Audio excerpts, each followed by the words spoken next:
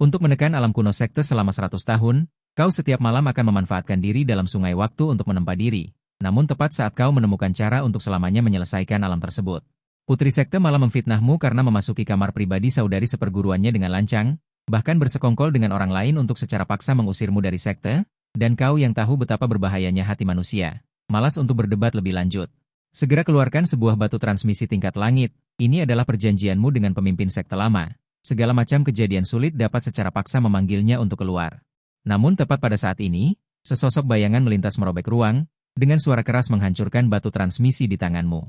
Meskipun tidak tahu bagaimana kau membuat tulangmu tak terkalahkan, tapi karena aku telah mengambil alih urusan sekte, aku tidak akan memberimu kesempatan lagi untuk memutarbalikkan fakta. Melihat itu kau tertawa marah, aku memutarbalikkan fakta, kau ingin bagaimana? Ling Huang menatap tajam seperti anak panah, sampaikan perintah pemimpin sekteku, umumkan ke seluruh sekte. Qin Shi, murid gunung belakang, memiliki karakter yang buruk, menduduki tempat suci untuk berkultivasi. Mencuri harta berharga pemimpin sekte, merebut hati orang, mulai hari ini. Diusir dari sekte, tidak pernah menginjakan kaki di sekte Ling Tian. Mengusirku dari sekte? Di hatimu ada sedikit kesedihan. 100 tahun lalu diasingkan oleh keluarga Qin, Ling Wuji yang memintaku untuk masuk sekte. Memperlakukanku dengan tulus, selama 100 tahun ini aku menekan masalah besar. Hanya saja tatapan tajam itu, seolah melihat badut yang melompat-lompat, tanpa bergerak sedikit pun, melanjutkan perkataannya. Benar juga, tubuh pembawa malapetaka, ini adalah rahasia tertinggi sekte Ling Tian. Bahkan para tetua pun tidak tahu, lagi pula jika tersebar, pasti akan membuat hati orang-orang di sekte menjadi cemas. Qin Shi menarik napas dalam-dalam, dengan sungguh-sungguh berkata, Ling Huang, hari ini jika aku keluar dari sekte Ling Tian ini, berarti hubungan dengan ayahmu, dengan sekte, akan terputus. Kelak jika sekte dalam bahaya besar, aku pasti tidak akan menolong. Ling Huang dengan tidak sabar melambaikan tangannya. Berbalik pergi, punggungnya itu seperti seekor merak yang sangat sombong. Saudara Qin Shi, tidak perlu diantar. Su Huai dan murid lainnya saling bertukar pandang, di wajah mereka terlintas sedikit makna konspirasi yang berhasil. Dengan tersenyum mengangguk, melambaikan lengan baju berbalik dan pergi dengan langkah besar. Sialan. Kenapa dia tidak marah? Wajah Su Huai langsung menjadi suram. Kenapa dia bisa begitu bebas? Saudara Su, selama Qin Shi pergi, tempat suci untuk berkultivasi di gunung belakang ini akan menjadi milik kita. Dia marah atau tidak, apa hubungannya? Saudara junior bertanya dengan suara dingin dan tidak mengerti. Apa yang kau tahu? Su Huai dengan kejam menatap, membentak dengan suara keras. Kemudian berbalik dan pergi. Soal marah, kau tidak pernah memikirkannya. Di matamu, mereka hanyalah sekelompok orang yang, entah itu bencana besar terjadi, atau Lin Wuji keluar dari pengasingan, akhir mereka hanya akan menjadi jalan buntu.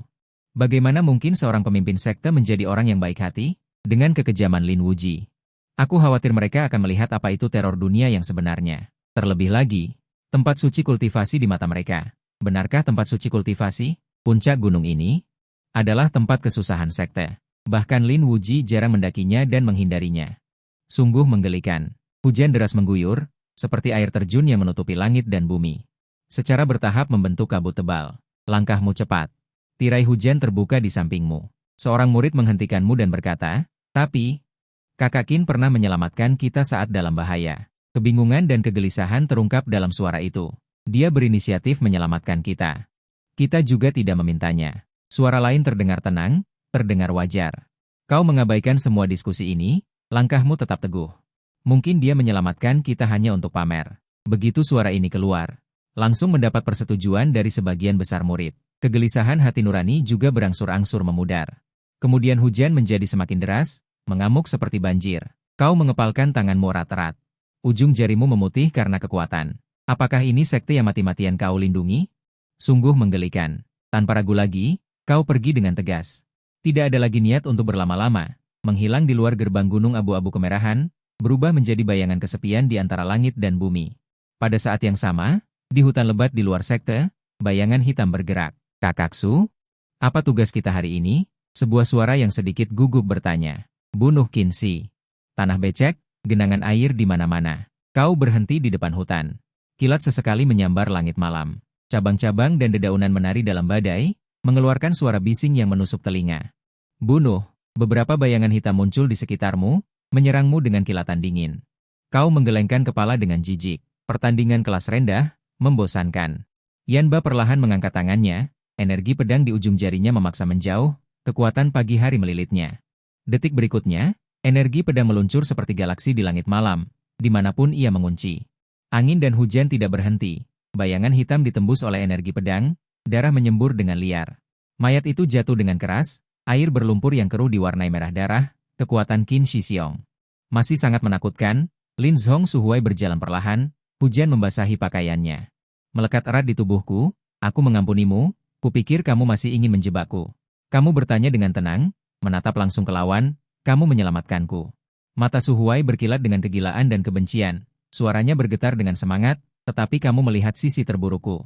Jika kamu berada di sekte, aku akan terus mengingat penghinaan masa lalu, lebih baik mati daripada hidup. Jadi begitu, kamu menghela napas pelan, tahukah kamu? Saat itu, sepatah katamu mengubah takdirku, dalam semalam, mereka yang pernah meninggalkanku. Taat kepadaku, para tetua yang meremehkanku, sangat peduli padaku. Bisakah kamu membayangkan betapa terkejutnya aku? Tapi kenapa? Kenapa kamu memasuki sekte dengan status tinggi, sementara aku serendah semut? Suhuai berteriak dengan suara serak, air hujan mengalir di pipinya, tidak bisa membedakan air mata atau air hujan. Kamu menatapnya dengan tajam. Lalu, apakah kamu pikir lelucon ini bisa membunuhku? Aku tahu kamu kuat, tapi Suhuai mundur, suaranya mendesak. Orang yang membunuh murid sekteku tanpa alasan, tetua cepat datang, kamu mengerutkan kening. Bereaksi, menggunakan nyawa murid sekte untuk menjebak, memancing tetua untuk berurusan denganku. Suhuai memang sombong. Begitu kata-kata itu keluar, aura kuat datang dari kejauhan. Mengaduk angin dan awan di sekitar, orang kecil dari mana, berani melakukan pembantaian di depan sekte Lingtianku. Mencari kematian, suara rendah disertai guntur yang bergemuruh, semua tetua sangat marah. Bersumpah untuk membuat si pembunuh membayar hutang darah, pandangan beralih ke aula utama sekte Lingtian. Sekelompok tetua mengepung Ling Huang dengan ketat. Aku ulangi sekali lagi, keputusan Ju Qinxi meninggalkan sekte, aku tidak mungkin menariknya kembali. Nada bicara Ling Huang tidak memungkinkan untuk disangkal. Pemimpin sekte, tidak mengerti betapa pentingnya Qinxi bagi sekte. Tetua penegak hukum bersikeras, kita katakan bahaya itu karena ada Qinxi.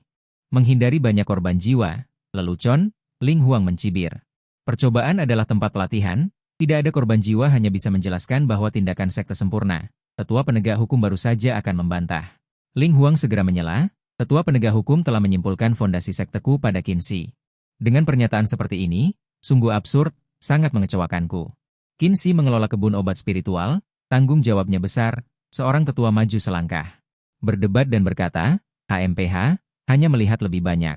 Hal-hal buku botani dasar, Ling Huang meremehkan, masalah ini sudah kuserahkan pada Cheng Lin untuk menanganinya. Ling Huang mencibir, murid perempuan itu senang, dia lebih cocok.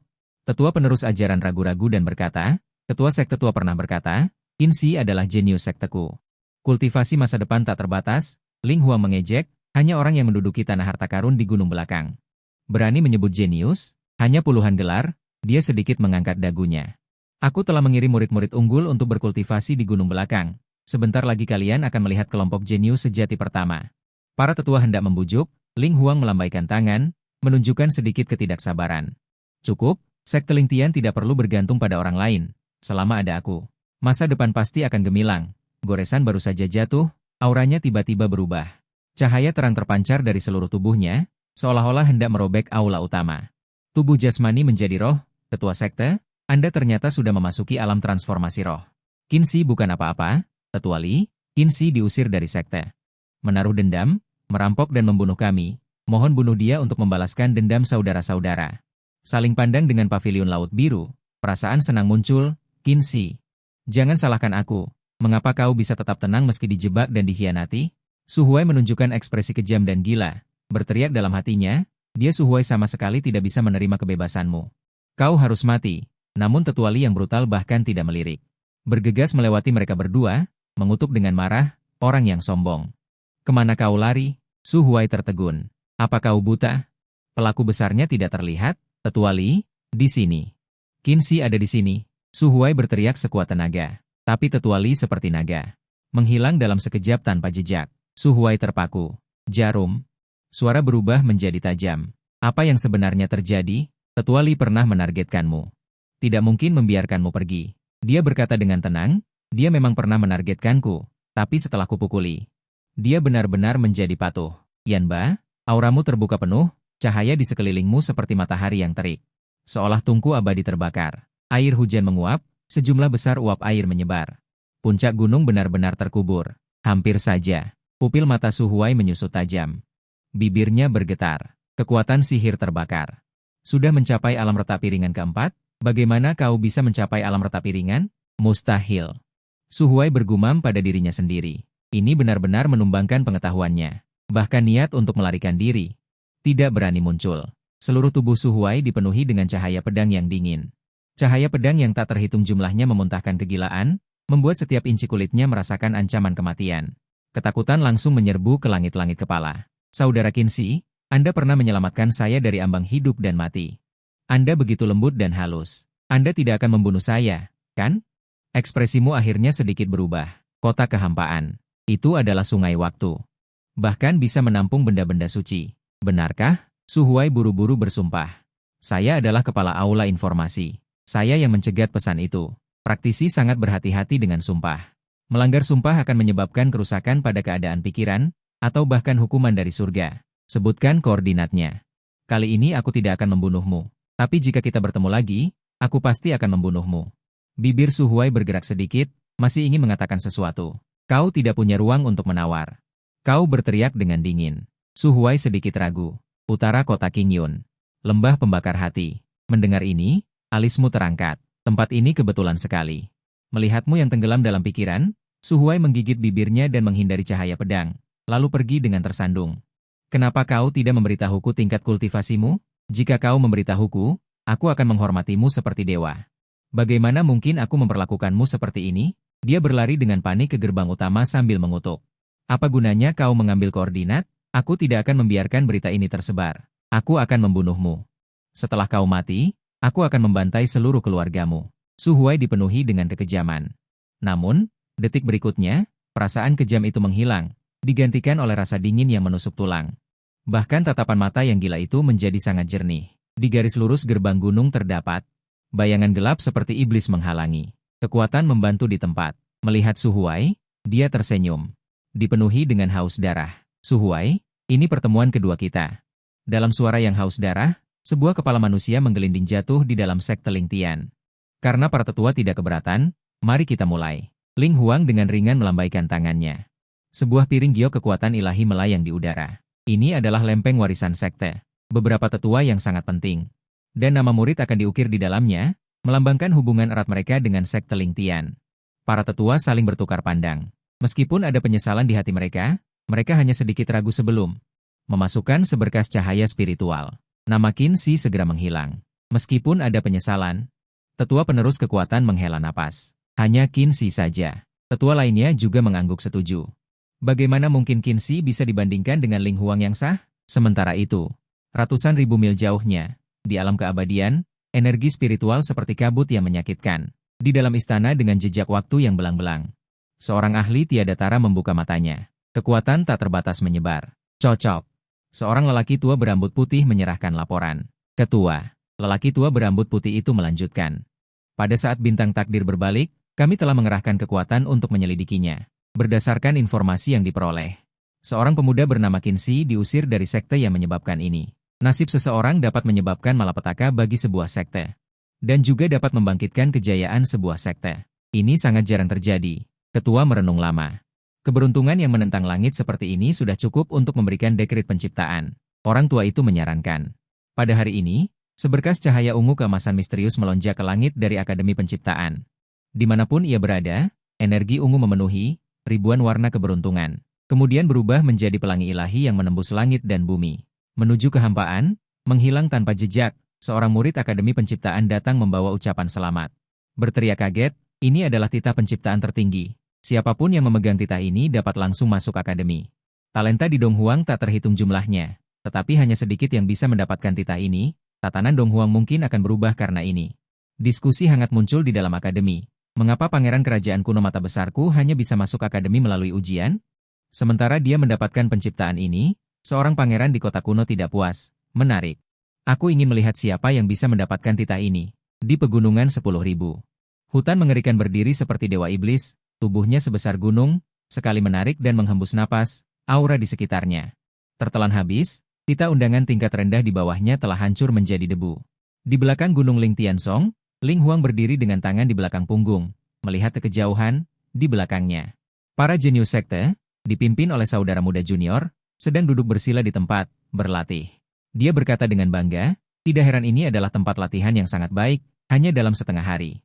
Para jenius sekteku ini samar-samar menunjukkan tanda-tanda terobosan. Ayah, ketika Anda keluar dari pengasingan, saya akan memberi Anda kejutan, dan juga akan membuktikan bahwa Qinzi adalah akibat dari pilihan Anda yang salah. Kesombongan di wajah Ling Huang menjadi semakin kuat, namun di kedalaman bawah tanah. Sebuah suara aneh terdengar, penindasan aura kekacauan menghilang. Qinzi, tunggu sampai aku menerobos segel, dan biarkan kamu melihat kakak yang sebenarnya. Sehari kemudian, Anda tiba di kota Qinglan. Ini adalah kota perbatasan kecil, tanpa tambang batu roh. Juga tanpa kekuatan keluarga besar untuk berlatih, sekte Ling Tian tidak terlalu mementingkan hal ini. Seringkali, pengelola sebenarnya adalah penguasa kota Qinglan di sini. Keluarga Qin awalnya adalah keluarga Anda. Tetapi Anda tidak memiliki rasa memiliki sama sekali. Sejak kecil Anda diasuh di negara besar, mereka demi membiarkan putra mereka mendapatkan sumber daya latihan yang sedikit, membuat Anda tidak punya tempat tujuan, dengan terpaksa. Jika bukan karena perawatan penuh perhatian dari kakak perempuan Anda mungkin sudah mati kelaparan di jalanan, apalagi menunggu sampai alam tempat Anda datang sekarang.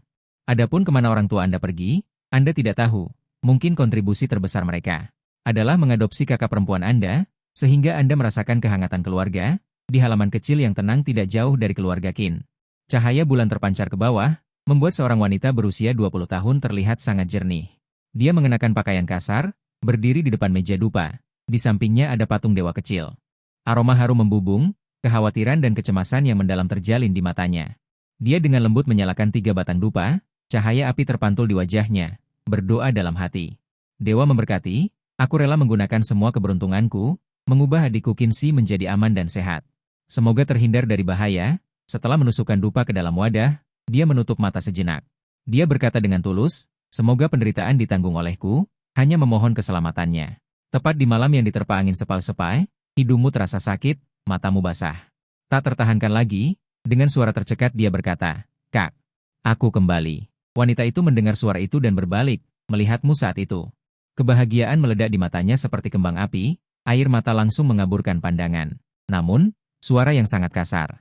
Guk-guk-guk memecah kehangatan sesaat ini, tiba-tiba seekor anjing kampung berwarna kuning muncul, menggonggong tanpa henti padamu. Matamu setajam obor, sedikit meningkatkan aura, anjing kampung itu ketakutan hingga keempat kakinya lemas. Hampir lumpuh, tetapi tetap dengan teguh menghalangi di depan kakak perempuannya. Tidak buruk. Anjing penjaga, sungguh, kau memujinya. Wu Qitong mengusap kepala Da Huang, menjelaskan, ini adikku. Da Huang, sangat penurut, katanya sambil tersenyum. Musim dingin lalu aku melihat dia kasihan, jadi aku menampungnya. Da Huang sangat. Malam itu, kau dan kakakmu mengobrol lama, hingga matahari pagi terbit. Wu Qitong menyajikan sarapan. Qinzi, kali ini kembali. Kau berencana tinggal berapa lama? Meskipun sederhana, itu membuat nafsu makanmu meningkat. Kak, aku kembali kali ini, untuk sementara tidak berencana pergi. Kau berkata sambil makan, mata kakak perempuanmu menunjukkan sedikit kepanikan, tetapi dengan cerdik ditutupi. Wajahnya masih dihiasi dengan senyum lembut. Ngomong-ngomong, Kak, nanti aku ingin pergi berjalan-jalan ke Danau Yingsing. Dia sedikit mengangguk, ekspresinya agak linglung. Danau Yingsing berada di utara kota, dikelilingi oleh pegunungan, diselimuti awan dan kabut. Berdiri di tepi danau, menutup mata, melepaskan indera untuk menyelidiki sekeliling. Tiba-tiba kamu membuka mata, di kedalaman dasar danau ada riak aneh. Ini adalah simpul ruang. Kamu tidak bisa menahan kegembiraan di hatimu. Namun simpul ruang ini belum stabil, perlu beberapa hari lagi untuk benar-benar pecah. Namun, semua tanda menunjukkan bahwa harta karun yang dikatakan Su Huai sangat mungkin benar-benar ada, dan itu akan terjadi dalam beberapa hari ini. Ketika simpul itu pecah, mungkin harta karun itu akan turun bersama sungai kehampaan, bersamaan dengan itu. Di halaman kecil, pamanmu Wu Dao masuk dengan ekspresi muram, Wu Qitong. Aku memperingatkanmu, Tuan Muda Sue sudah mengincarmu, jangan pernah berpikir untuk berjudi. Menikahlah saja dengan patuh. Suaranya sedingin es, wajah kakak Wu Qitong pucat. Sedikit gemetar. Wu Dao terus mengancam, meskipun para wanita yang dia incar semuanya mati karena kecelakaan. Tetapi bagaimana jika kamu adalah pengecualian? Jangan berpikir untuk melarikan diri, itu akan melibatkan seluruh keluarga Wu. Bahkan seluruh kota. Kekhawatirannya bukannya tanpa alasan, keganasan Tuan Muda Sue terkenal di mana-mana. Tahun lalu, seorang wanita yang baru saja menikah melarikan diri, akibatnya Tuan Muda Sue sangat marah, menyebabkan ribuan orang mati secara tragis. Pemandangan sungai darah itu, seperti neraka di bumi, kecelakaan. Wu Qitong menutup matanya, air mata jatuh berderai, di antara apa yang disebut kecelakaan itu. Setiap wanita disiksa sampai mati, bagaimana bisa ada yang selamat, terjadi padamu? Memikirkan hal ini, Wu Qitong tidak bisa menahan gemetar, hatinya penuh ketakutan. Tidak bisa, Wu Qitong kamu tidak boleh egois, Wu Qitong berpikir dalam hati. Hatinya penuh dengan tekad dan ketidakberdayaan, bahkan demi Wuxi, kamu harus menikah. Angin dan hujan bertiup kencang, mengacak-acak rambutnya, tetapi tidak bisa menghilangkan tekad di hatinya.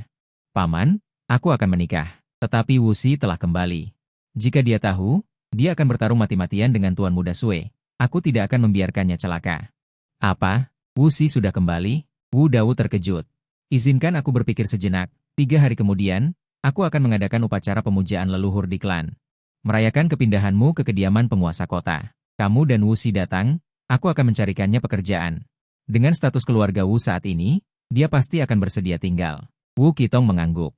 Bisa dibilang ini perampasan paksa, yang dia inginkan saat ini hanyalah melindungimu, bahkan jika harus membayar harga yang mahal. Dia tidak akan ragu. Sejak kamu kembali ke kota Qinglan, pikiran dan tubuhmu akhirnya rileks. Selama 3 hari ini, selain memeriksa simpul ruang inti danau setiap hari, kamu juga mengenang masa lalu dengan kakakmu di halaman kecil. Kak, kamu terlalu baik. Kamu tidak senang melihat Kong Mi dan Dewa Gemuk selalu datang untuk makan dan minum.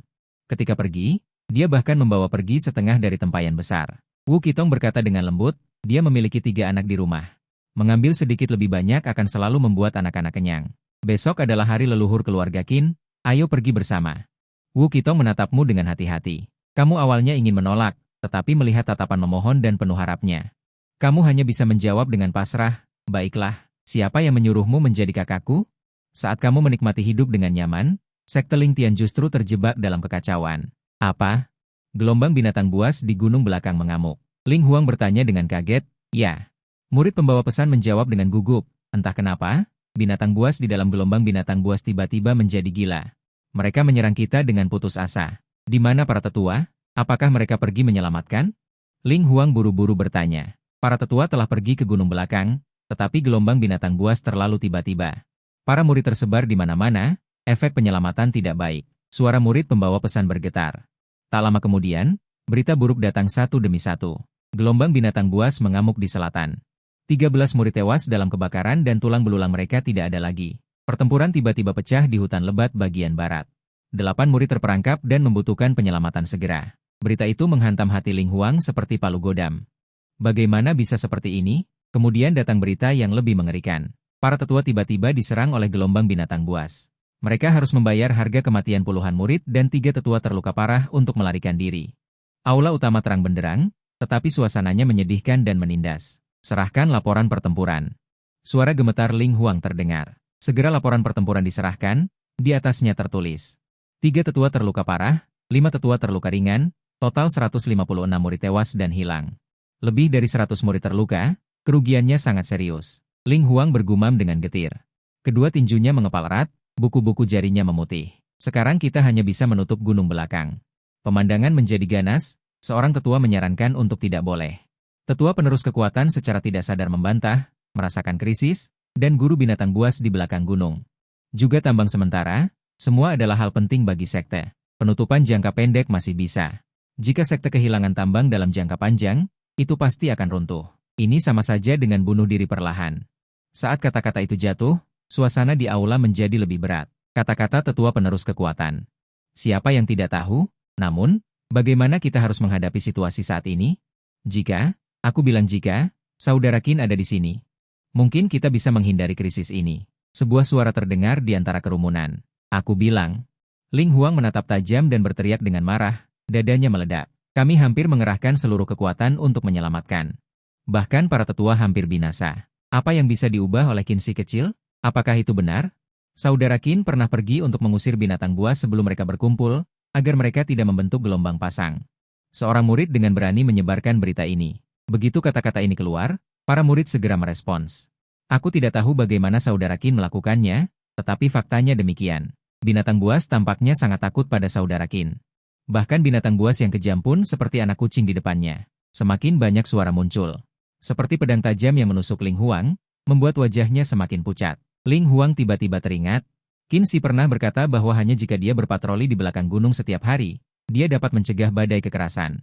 Jika tidak, sekte pasti akan mengalami bencana. Ternyata semua yang dia katakan itu benar. Hati Ling Huang dipenuhi dengan kesalahan dan keraguan. Tapi bagaimana dia, seorang murid kecil di belakang gunung, bisa melakukannya? Bagaimana kalau kita meminta Qinzi kembali? Tetua penerus kekuatan dengan sungguh-sungguh menyarankan. Apa? Meminta seorang murid di belakang gunung untuk kembali? Ling Huang sulit menerimanya. Namun, setelah berpikir sejenak, Ling Huang perlahan berbicara. Aku mengakui bahwa Qinzi berguna bagi sekte, tetapi dia pernah mencuri harta sekte dan merebut murid perempuan.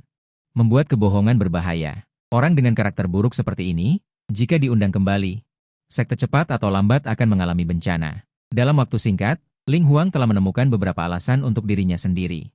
Dan juga memadamkan penyesalan yang muncul di hatinya. Tetap saja, kata-kata itu, seorang wanita tidak mungkin menggunakan kesuciannya untuk mencemarkan nama orang lain. Para tetua saling bertukar pandang. Dengan serentak dan hormat berkata, mohon pemimpin sekte mempertimbangkan kepentingan yang lebih besar, mohon Qinzi kembali ke sekte. Kemudian, para murid berlutut bersama dan berteriak, mohon pemimpin sekte mempertimbangkan kepentingan yang lebih besar. Mohon saudara Qinzi kembali ke sekte. Suara itu bergema di seluruh sekte. Kalian? Wajah Ling Huang pucat. Apakah ini pemberontakan? Baik. Qinzi yang hebat. Pasti setelah mengetahui bencana, dia memanfaatkan kesempatan untuk membalas budi. Diam-diam meminta para tetua dan murid untuk bergandengan tangan dan memaksa. Hati Ling Huang dipenuhi amarah. Menggigit gigi peraknya erat-erat, akhirnya mengucapkan beberapa kata. Baik. Demi masa depan sekte, aku akan dengan enggan memintanya kembali. Saat ini, di dalam kediaman penguasa kota, apakah Anda mengatakan bahwa daftar tamu militer keluarga Qin memiliki nama Qinzi? Suara gembira penguasa kota Qinlan terdengar. Benar, Anda selalu meminta saya untuk memperhatikan nama Qinzi ini. Setelah ada penemuan hari ini, bawahan segera melaporkan. Pengawal bayangan melaporkan dengan hormat. Dengan sedikit kegembiraan di dalamnya. Ketika penguasa kota Qinlan mendengar ini, matanya bersinar terang. Siapkan kereta dan bawa hadiah berat. Aku ingin secara pribadi pergi ke keluarga Qin. Li Wanqing di samping tampak tidak puas. Ayah, jika kita bisa menjalin hubungan baik, kita bisa melambung tinggi. Ini adalah Anda yang mengikuti Wu Qitong memasuki keluarga Qin. Dipandu oleh pelayan ke aula. Ada. Bukankah ini kakakku Qinzi? Ada seorang gemuk kecil berkulit gelap. Qin Dali berjalan dengan senyum lebar. Dia melihat ke atas dan ke bawah kedua wanita itu, tampak seperti seorang pelaybau sejati. Tidak bertemu selama ratusan tahun. Bagaimana petualanganmu? Anda meliriknya. Dengan marah menjawab, bukan urusanmu. Qin Dali tidak marah tetapi malah senang. Sebaliknya, dia mengibaskan lengan bajunya, tampak lebih bangga. Aku akan memasuki kediaman penguasa kota untuk menjadi kepala pelayan. Anda memutar mata. Bukan urusanku. Qin Dali langsung terpana. Wajahnya penuh ketidakpercayaan. Skenario ini salah. Dia melihat sekeliling. Melihat para tamu di aula, siapa yang tidak iri dengan statusnya sebagai kepala pelayan di kediaman penguasa kota? Bola mata mereka hampir keluar. Mengapa ketika sampai padamu, itu sama sekali tidak berguna? Qin Dali mengerutkan kening dan berkata dengan tidak rela. Kakak, tahukah kau posisi pengurus rumah tuan kota ini adalah impian banyak orang? Itu memiliki kekuatan dan kehormatan yang sangat besar. Aku tahu. Kapan pestanya dimulai? Tanyamu dengan tenang. Titik simpul ruang Danau Yingxin semakin rapuh. Temani kakak makan sampai selesai. Aku juga harus pergi menjaga Danau Yingxin. Tidak boleh membuang waktu di sini.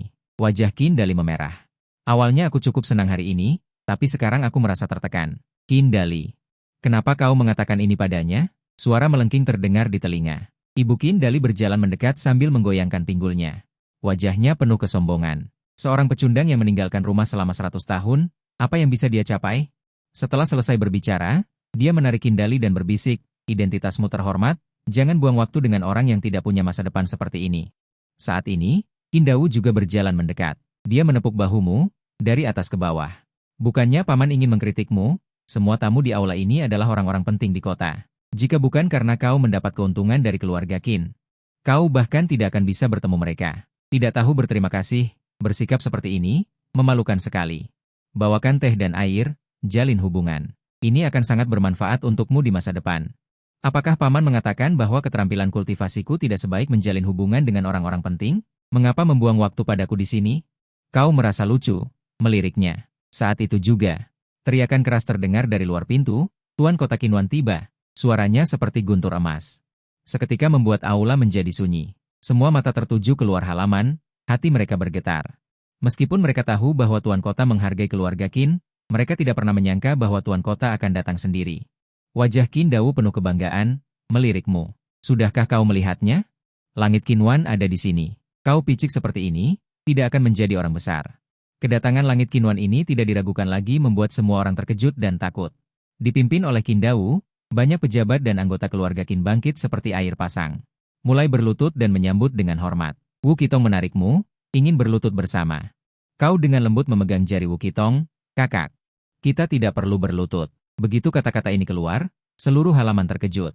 Ekspresi Qin Dao yang awalnya lembut langsung membeku. Apakah kau gila? Ini adalah tuan kota, cepat berlutut. Bibi kedua hampir berteriak. Qin Shi, apakah kau ingin menghancurkan keluarga Qin kita? Kau baru kembali dan tidak mengerti tingkatan tuan kota itu. Wu Qitong juga memiliki beberapa hubungan. Kita berlutut dulu, nanti aku akan memberitahumu. Tanpa menunggu dia selesai berbicara, kau dengan tenang menjawab, kakak. Jangan katakan seorang tuan kota kecil, bahkan pemimpin sekte pun tidak berhak membuat kita berlutut. Saat semua orang terkejut dan bingung dengan komentar tajam Qin Shi, tuan kota Liu Nanye, yang mengenakan pakaian mewah, berjalan mendekat, ditemani oleh para bangsawan terkemuka kota Qinwan, Tuan Kota Cheng, Qin Dao dan rekan-rekannya, Tuan Kota Qinwan, Liu Nanye, tokoh-tokoh terkenal di kota iblis. Salam untuk Tuan Muda Qin. Adegan ini benar-benar mengejutkan Ding Ke yang hadir. Dan para murid keluarga Qin. Suasana di lapangan sangat sunyi sehingga hanya detak jantung yang terdengar. Melihatmu dengan tenang bertanya, kau mengenalku? Tuan Kota Qinwan buru-buru menjelaskan. 3 tahun lalu, saya pernah melihat Anda dari jauh. Saat Anda berdiri di Lingtian Sekte, Anda sangat luar biasa. Begitu kata-kata ini keluar, itu tidak diragukan lagi adalah bom yang sangat besar, langsung membangunkan orang-orang yang terkejut. Lingtian Sekte, itu adalah penguasa kehidupan dan kematian puluhan kota. Seseorang tidak bisa menahan diri untuk berseru. Dia sebenarnya adalah murid Lingtian Sekte. Itu adalah tempat suci yang kita kejar. Tuan Kota Qinwan menundukkan tubuhnya lagi. Melanjutkan, hari itu, Anda berdiri berdampingan dengan pemimpin sekte Lingtian. Para tetua sekte berada di belakang Anda.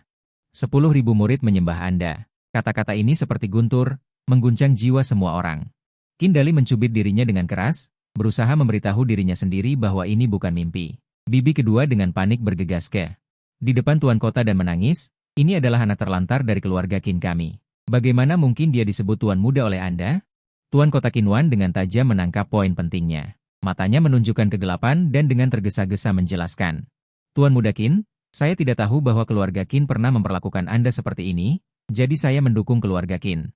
Qin Dao tampak bingung dan tidak bisa menahan diri untuk bertanya. Hanya karena Qin Shi? Kalau tidak, Qin, penguasa kotawan, mendengus dingin. Dengan sampah seperti kalian berdua, ayah dan anak.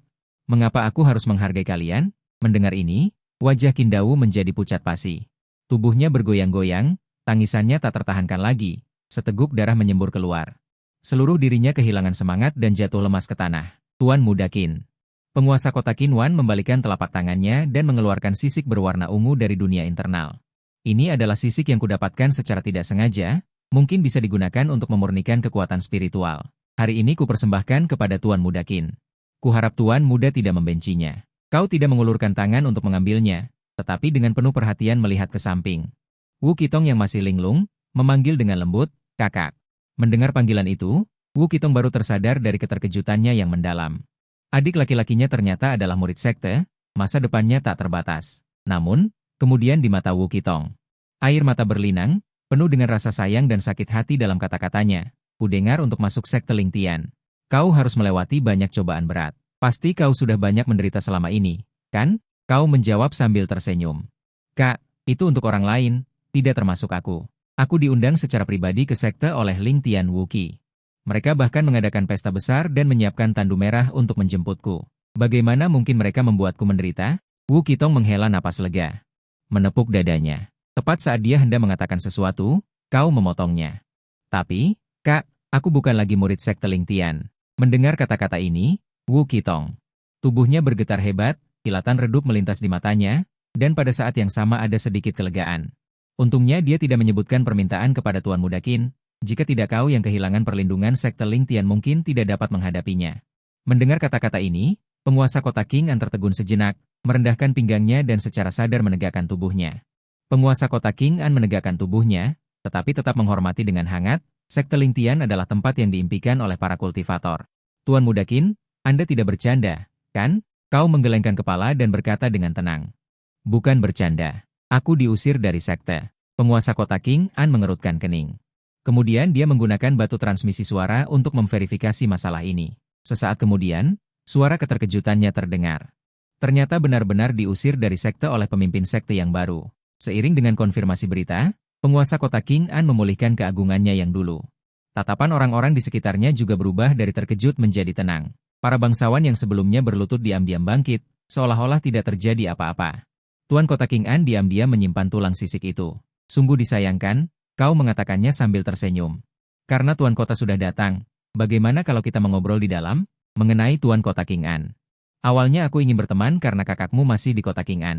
Akan lebih baik jika dia bisa menjagamu. Namun, dia dengan dingin menolak. Tidak perlu, aku baru ingat. Ada beberapa hal yang harus diurus di rumah, jadi aku tidak akan membuang waktu di sini. Sebuah upaya.